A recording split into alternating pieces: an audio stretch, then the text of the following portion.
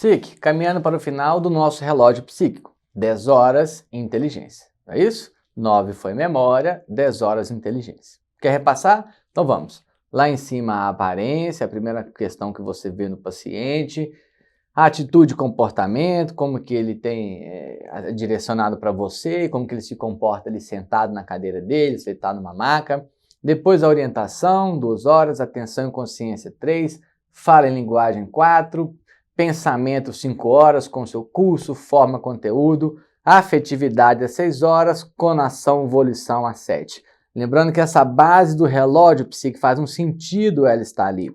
Na hora que o afeto se altera, o humor se altera, ela acerta primeiro o pensamento e acerta a volição. 8 horas nós temos os sintomas psicóticos, 9 memória, 10 inteligência. Okay? Então falta só mais um às 11 horas, que é insight, pragmatismo e prospecção. Beleza? Depois dessa revisão, vamos para a inteligência às 10 horas. Então, o conceito de inteligência já é algo que é difícil. Há uma difícil conceituação. Mas vamos tentar conceituar para você conseguir avaliar isso aonde? Na sua prova prática. Na sua prova discursiva, na sua prova objetiva, muito difícil. Mas lá na prática, pode ser que você se depare sim com um paciente com insuficiência intelectual. É isso? Então, é a habilidade para pensar e raciocinar logicamente e atingir os seus objetivos. Como? Resolver problemas, se adaptar, sintetizar, analisar as informações, flexibilizar as funções psíquicas para saber distinguir, saber julgar, escolher, solucionar problemas e aprender e praticar operações aprendidas, repetitivas.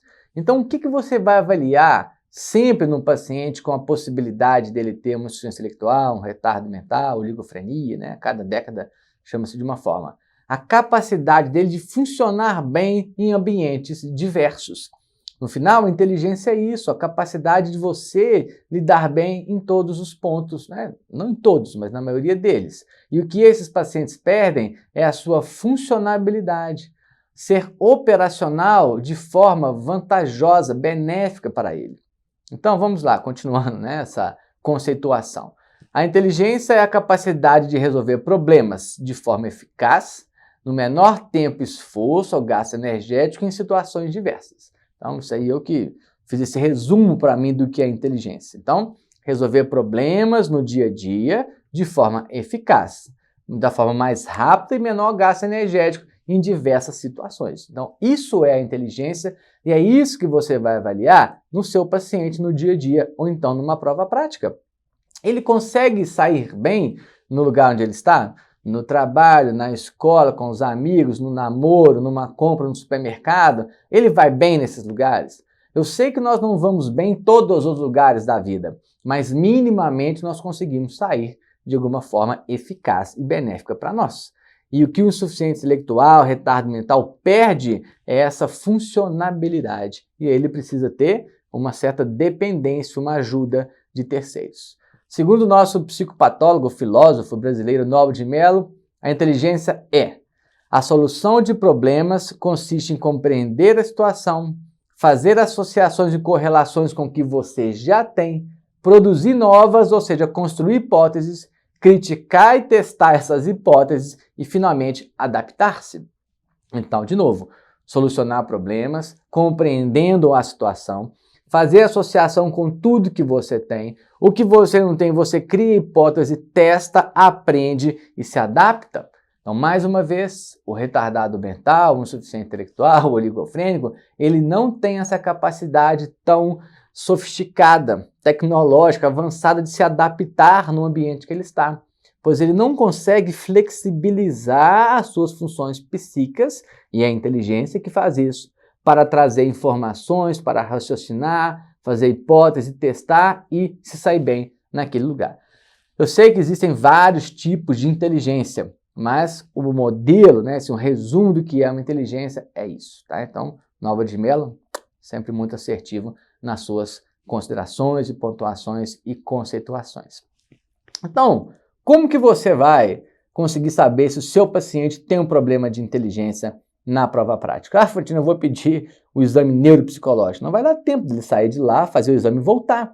Então é na anamnese psíquica. você vai avaliar se o cérebro desse paciente consegue compreender o que está sendo falado para ele, o que você está perguntando. Ele consegue abstrair, ele consegue fazer metáforas, analogias. Então, se tem um entendimento do que você está falando. Se você desconfia, no meio da sua anamnese, você joga alguns elementos para interpretação.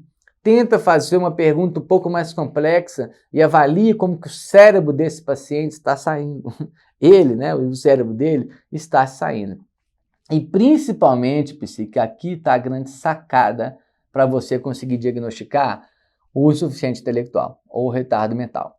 A história social e a história pessoal do paciente. Principalmente essa questão do rendimento escolar e a comparação dele com irmão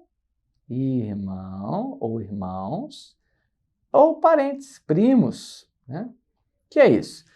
Ele andou, falou, engatinhou, sentou, firmou o corpinho no mesmo tempo do irmão. Ah, não tem irmão, do primo. A sua mãe alguma vez falou que você foi um pouco mais devagar, um pouco mais atrasado? Então essa comparação do paciente com o familiar é muito importante. Se ele for um retardado mental, um sujeito intelectual, ele vai ser um pouco atrasado em relação a isso. E o rendimento escolar. Lá na escola, eu tenho várias, na escola que eu digo, o paciente, quando ele estudou, existem várias razões para ele não ter conseguido completar o estudo dele, por ele ter saído dos estudos, por ele ter dificuldade. E é ali que vai sair o diagnóstico de, vamos lá, temos aquele paciente que ele vai para a escola, ele gosta de ir para a escola, mas ele chega lá e não entende nada. Ele consegue prestar atenção na professora, ele gosta da professora, ele gosta dos amiguinhos, mas ele não consegue compreender, ele não consegue apreender, ele não consegue pegar aquela informação, associar com outras e produzir um conhecimento para usar lá na frente. Então ele é lento, ele não escreve direito, ele não faz conta. Por mais que pegamos professores para tirar, ele não consegue. Então ele é o quê? Um insuficiente intelectual. Está dizendo que a inteligência dele rebaixada impossibilita ele do aprendizado. Agora, eu tenho aquele paciente que custa ir para o colégio, arruma uma confusão dentro de casa, perde a merendeira, perde o todinho, pão de queijo ele come antes, não põe a blusa, esquece tudo para trás, aquela confusão no almoço ou no café da manhã. E ele vai.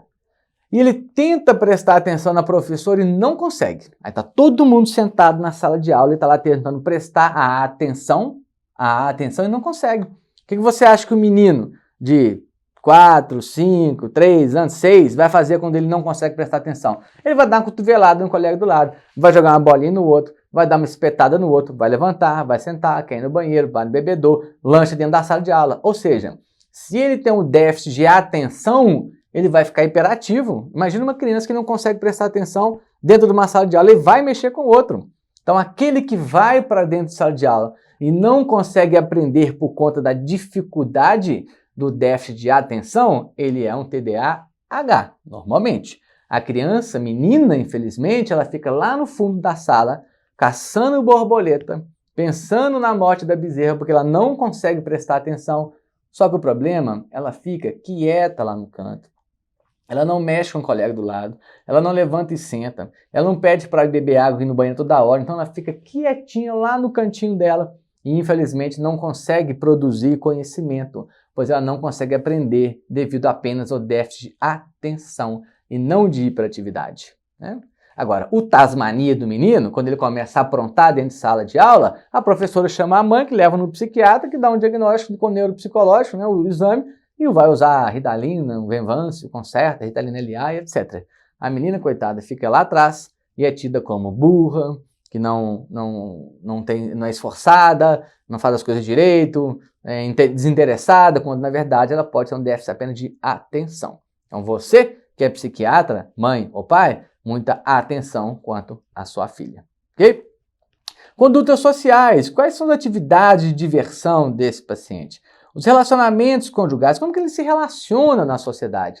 Você vai ver que ele se relaciona de forma não esperada para a idade dele, um pouco infantilizada, né? Então o menino tem 10 anos e se comporta como alguém de 5, 7. Então atenção aí nessa anamnese para você sair com o diagnóstico de insuficiência intelectual.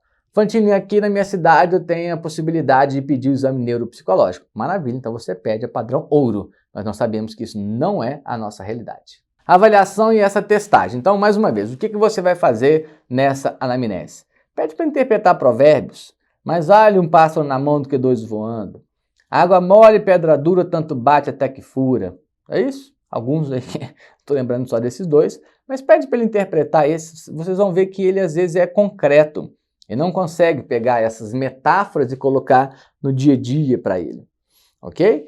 Cálculos matemáticos simples, você pode pedir para ele fazer algumas contas. Abstrações, contar uma história e pedir para ele te responder o que é que ele pensou daquela história.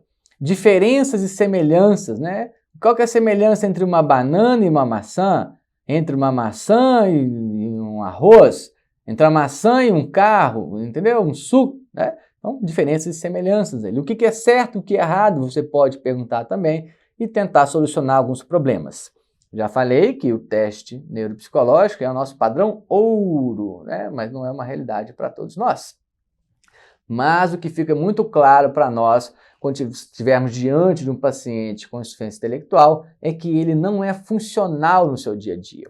Ou se ele é funcional, ele é aquém do esperado para ele, ou precisa de alguém, de um terceiro que o ajude, né? Não é completamente autônomo e independente. Alterações, então, da inteligência. Ela só se altera, psique, quantitativamente. Patológico é para menos, então haverá um déficit do intelecto, um déficit dessa inteligência. Então, ou haverá um desenvolvimento insuficiente, então o paciente não consegue desenvolver esse cérebro dele de forma adequada, ou uma deterioração intelectual, ou seja, ele foi bem, lá na frente acontece algum trauma, algum acontecimento cerebral, não é isso? Até de outra ordem orgânica, mas com repercussão cerebral, que ele tem uma deteriorização. Então, ou ele não desenvolve bem, ou ele se deteriora, tá? Um ponto importante, que eu não falei para vocês, é que o paciente, ele pode até ter os marcos do neurodesenvolvimento atrasados, mas isso não quer dizer que ele vai ser obrigatoriamente um insuficiente intelectual ou retardo mental. É isso? E tem aquele também que tem os marcos corretos, mas lá na frente ele se deteriora. Então é importantíssimo que você colha o neurodesenvolvimento do paciente. E lá na sua prova prática, quando você colher isso, a banca pode te perguntar: o que você está perguntando aí? Como que foi a gestação? Como que foi o parto? Se ele engatinhou, falou, sentou no tempo certo? Eu quero ver os marcos do neurodesenvolvimento. Pois caso isso esteja atrasado, vou aventar a possibilidade de uma insuficiência intelectual. É isso? Mas, mais uma vez, não é obrigatório que o paciente atrasado no neurodesenvolvimento vá ser um insuficiente intelectual. Nem aquele que vai bem aqui não vai ser, ok? Mas você vai usar disso, é mais um elemento. O diagnóstico na psiquiatria é assim, você vai andando na anamnese, vai colhendo as informações e vai alocando sindromicamente esses sintomas e sinais, para depois você juntar e falar, então, é isso, certo? Vamos. Desenvolvimento tão insuficiente. Há um prejuízo na aquisição de habilidades específicas. Ele pode até estar atento, ele internaliza aquilo, mas ele não registra. É difícil para ele operacionalizar aquele conhecimento, então aquilo fica solto. Então, obviamente, que ele vai ter um déficit na sua funcionabilidade, ele não vai funcionar bem socialmente, politicamente, economicamente, amorosamente, pedagogicamente, né? Porque ele não consegue adquirir essas informações. Logo, ele vai ser mal adaptativo. Então é isso. Não funciona bem e se adapta mal ao ambiente. Ou mal ou aquém do esperado, que seria mal também. Mas às vezes eles conseguem até se comprometer com o que eles estão fazendo, mas aquém do esperado para alguém daquela idade. Chamado aí quase que uma vida inteira de retardo mental, mas no momento insuficiência intelectual. Então, se ao longo da explicação eu falar retardo mental, entenda que eu estou dizendo do insuficiência intelectual. Penso que na aula de retardo mental só falei retardo mental, mas eu ia avisando para vocês. Você é psiquiatra velho, né? Só consegue falar TAB retardo mental. Mas enfim, hoje em dia é nome novo para doença velha. É isso? Então, mais uma vez, alterações da inteligência. Aonde? Uma deterioração intelectual. Aquele paciente que teve uma queda do rendimento intelectual. Ele pode ter uma demência, um delirium, as síndromes mentais, né? Que às vezes são sinônimos aí de delirium, uma concussão, né? Epilepsia, convulsões de repetição, aquelas epilepsias refratárias, um TCE, uma depressão grave, uma esquizofrenia, que a gente sabe que há um embrutecimento psíquico do paciente, que não é só na inteligência. Lembra do passado, né, que ele chamava de demência precoce, né, demência precoce? Né? O problema da esquizofrenia não é só na memória, na inteligência, mas é na toda a capacidade de operacionalizar, né, as funções psíquicas. Então é no pensamento, é na memória, é na atenção, é na inteligência, né? Então toda a cognição dele. Nós sabemos que nós temos pontos da esquizofrenia a serem sempre avaliados. A questão da psicose, a questão da afetividade, a questão da cognição e da inteligência, né? Então a gente fica girando em torno disso aí. Okay? Apesar da inteligência estar dentro da cognição. Okay? Então essa deterioração intelectual pode ser que o paciente nasceu bem, marcos do neurodesenvolvimento certinho, ok? E ele vai deteriorando, tá? Superdotados ou supranormais são aqueles com desenvolvimento intelectual acima do esperado para a sua idade. Espera-se a nivelação com a norma. Então você pode ter seu filho aí superdotado, na verdade todo filho é superdotado, né? Para mim, minha filha é a mais inteligente de todas. E é porque é minha filha, obviamente eu tenho um viés, né, sobre ela. Então, mas pode ser que na infância uns sejam mais ágeis, mais bem adaptados do que outros, mas isso tende a normalizar. E outra, existem vários tipos de inteligência. Aqui nós temos Einstein, não é isso? Que era um gênio, mas socialmente, o social de Einstein era péssimo. E a inteligência social é uma delas. Você se sair bem em vários ambientes. Não é isso? É um gênio? É um gênio. Mas normalmente o gênio ele tem um ponto, uma ilhota de genialidade. O outro resto em volta, tudo escalafobético, né? E sem qualquer organização. Tá? Então, tidos aí como superdotados e supranormais. Mas e hoje em dia usa o QI? Hoje em dia não é mais... O QI pode ser usado em alguns testes, mas o que é usado para medir a inteligência do paciente é a capacidade dele de processar a informação. Nós temos várias informações psíquicas, mentais, de memória, registradas pelo afeto. Então temos um conhecimento vasto, todos nós. Toda a vida de um ser humano é vida de conhecimento. A capacidade de flexibilizar isso e operacionalizar isso, né, é medida da inteligência, somado à velocidade de processamento. Então, você tem que processar bem as suas informações, o aprendizado, o aprendido, o que está memorizado, e com uma velocidade alta, certo? Para você se sair bem nos problemas do dia a dia. Então, hoje em dia é medido dessa forma. Capacidade de processar informação, habilidades de aprender e essa velocidade do processamento. Foi, psique? Alterações, então, da inteligência no DSM-5. Nós temos ela conceitual, social e prático. Então, eu vou passar aqui quase como que uma curiosidade. Isso nunca caiu na prova objetiva, é difícil cair na sua prova discursiva, mas vamos destrinchar aí a questão dos domínios conceitual, social e prático. Então, aquele que tem uma inteligência, uma insuficiência intelectual leve na esfera conceitual, são aqueles adultos que têm um pensamento pouco abstrato, não consegue abstrair, a função executiva, né, o planejamento, fixação de prioridade, memória de curto prazo, funcionar, está um pouco prejudicado. Ou seja, é aquela pessoa que ainda vai conseguir se sair bem em alguns pontos, mas em outros mais complexos, né, como flexibilizar as funções psíquicas, habilidades acadêmicas, o aprendizado, leitura, controle de dinheiro, estão prejudicadas, não estão abolidas, essa questão conceitual. Então, às vezes, ele é semi-autônomo, precisa de uma ajuda, né, de um terceiro para pontos um pouco mais sofisticados. Essa é a insuficiência intelectual leve na esfera conceitual. E na esfera social, podem até existir algumas dificuldades na regulação do seu comportamento, pode ser um pouco mais impulsivos, agressivos, há uma certa dificuldade em situações sociais de se saírem bem, e há uma compreensão limitada do risco, né, de onde eles circulam, de onde eles estão, e o julgamento social é imaturo para a idade, corre risco de ser manipulado pelos outros. Mas ainda assim é um sujeito que consegue viver em sociedade, mas mais uma vez, né, nessa questão social, sociedade, vai precisar sempre de um olhar de um terceiro ali, pois ele não é completamente autônomo. É interessante que nós tentemos fazer que eles sejam independentes e autônomos, para eles aprendendo cada vez mais. Por mais que seja de forma lenta, dificultosa e morosa, ainda assim é isso que nós temos que estimular nos insuficientes intelectuais. No leve na esfera prática, o emprego são em funções que não enfatizam habilidades conceituais. Necessita sempre de um apoio para tomar a decisão, né? Seja na questão da sua saúde, na questão social, legal, e sempre um certo apoio ali para criar uma família, no caso. Então, são pacientes que ainda conseguem conviver em sociedade, conseguem trabalhar, mas vocês veem que eles têm um certo atraso, é aquém do esperado, é simplório. Tá? Então, esse é o leve na sua questão prática. E aí passamos para o insuficiência intelectual moderado na esfera conceitual. A assistência agora ela é contínua, diária e necessária para a realização de tarefas conceituais do cotidiano.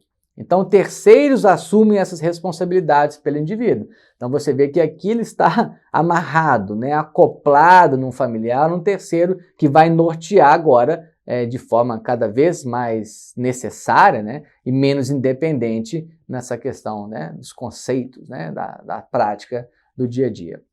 No social, o julgamento social e a capacidade de tomar decisões ainda mais limitado. Então, cuidadores auxiliam nas decisões, nas amizades, né, que podem estar afetadas, na formação de amizades, nessa comunicação social, até para uma explicação, né, de algum evento que possa estar no meio, né, de algum acontecido, uma questão inclusive legal, né? A gente sabe que o retardo mental ou insuficiência intelectual de leve a moderado, ele fica semi-imputável quando ele comete algum delito, né? Devido a essa incapacidade de flexibilizar a sua cognição, de operacionalizar o seu conhecimento.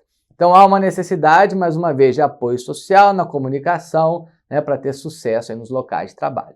Podemos empregar um insuficiente intelectual moderado? Pode, mas um trabalho que seja mais simples e que não exija aí uma sofisticação cognitiva. No prático, realiza necessidades pessoais, como alimentar, vestir-se, higiene, tarefas domésticas, podem ser alcançadas com treinamento. Então, com treinamento, nós conseguimos deixá-los semi-independentes, mas vai ser sempre algo mais básico. Tá? Por quê? Eles têm um comportamento mal adaptativo. Olha aí, adaptação e funcionabilidade, ok?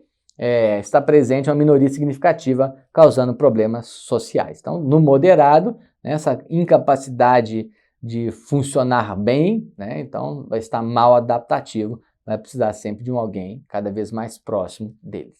Tá? O grave, então, na questão conceitual, o alcance limitado de habilidades conceituais. Não tem compreensão de linguagem escrita, conceitos que envolvem números, tempo, dinheiro e precisa de um grande apoio de cuidador para a solução de problemas, né, ao longo da vida e agora cada vez mais de soluções de problemas um pouco mais simples. Tá? Então esse é o grave. No social, a linguagem falada é bastante limitada, apenas palavras, expressões isoladas e a comunicação é baseada no aqui e no agora. Não tem uma perspectiva de um futuro, não tem uma perspectiva de passado e com aprendizado para flexibilizar esse conhecimento e se sair bem. Então é um sujeito do ali, do agora, né, de um corte transversal na vida. Então por isso às vezes eles são quase que incoercíveis quando eles querem algo, desejam algo, né, porque não há uma tentativa de um freio, né, uma possibilidade de adiar uma gratificação, é o agora. E o prático no grave, né, necessita de apoio para todas as atividades cotidianas, refeições, vestir-se, banhar-se, fazer suas necessidades, supervisão em todos os momentos e cada vez menos autônomo. Não é capaz de tomar decisões quanto ao seu bem-estar, né?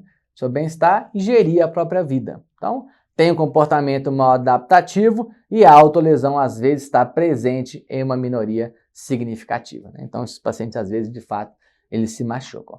Esse paciente com retardo mental grave, insuficiência intelectual grave, na psiquiatria forense, eles são inimputáveis, né? Quando eles cometem algum delito, pois de fato eles não têm uma cognição que opera minimamente para eles saberem decidir.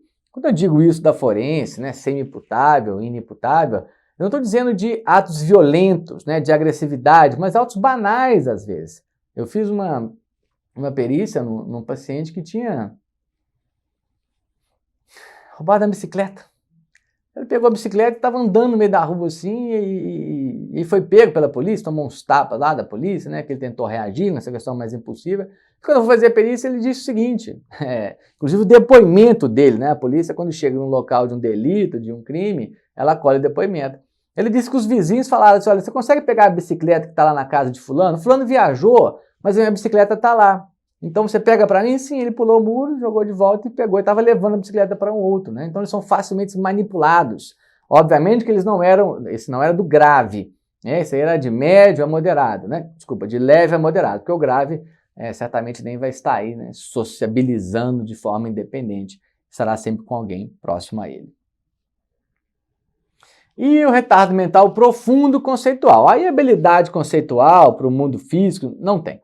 Os processos simbólicos são completamente ausentes e prejuízo motor e sensorial. Então, possivelmente aquele paciente que, inclusive, ele é acamado, né? Não tem nenhuma possibilidade aí de sociabilizar, não. Então, o profundo, de fato, é muito grave. No social, compreensão muito limitada ou quase que ausente. A comunicação é quase que por gestos, alguns sorrisos, né? Alguns grunhidos, né? Então, tem esse prejuízo sensorial e que compromete, obviamente, as suas atividades sociais. E no prático, depende para todos os aspectos mais simples do dia a dia, né? Na sua saúde, na sua segurança, na sua alimentação, né? Pode até participar de algumas poucas tarefas diárias, mas sempre sob uma supervisão de um terceiro. Aqui, muito grave, assim, completamente dependente. Por mais que nós tenhamos que deixá-los cada vez mais independentes e autônomos, aqui, de fato, vai precisar sempre de uma supervisão mais próxima de um terceiro. Então, para você avaliar a inteligência, faça uma boa anamnese, colha a questão lá do passado, né, da escolinha, do maternal, compare ele com o irmão, com parentes, como que é a questão social pessoal dele, está de acordo com o que é esperado para a idade dele? Então é isso, pesquise o neurodesenvolvimento, essa história social pessoal, amigos, trabalho, namoradas, prazeres, né, o dia a dia, você vai ver que estará quase sempre, né, um pouco aquém do esperado.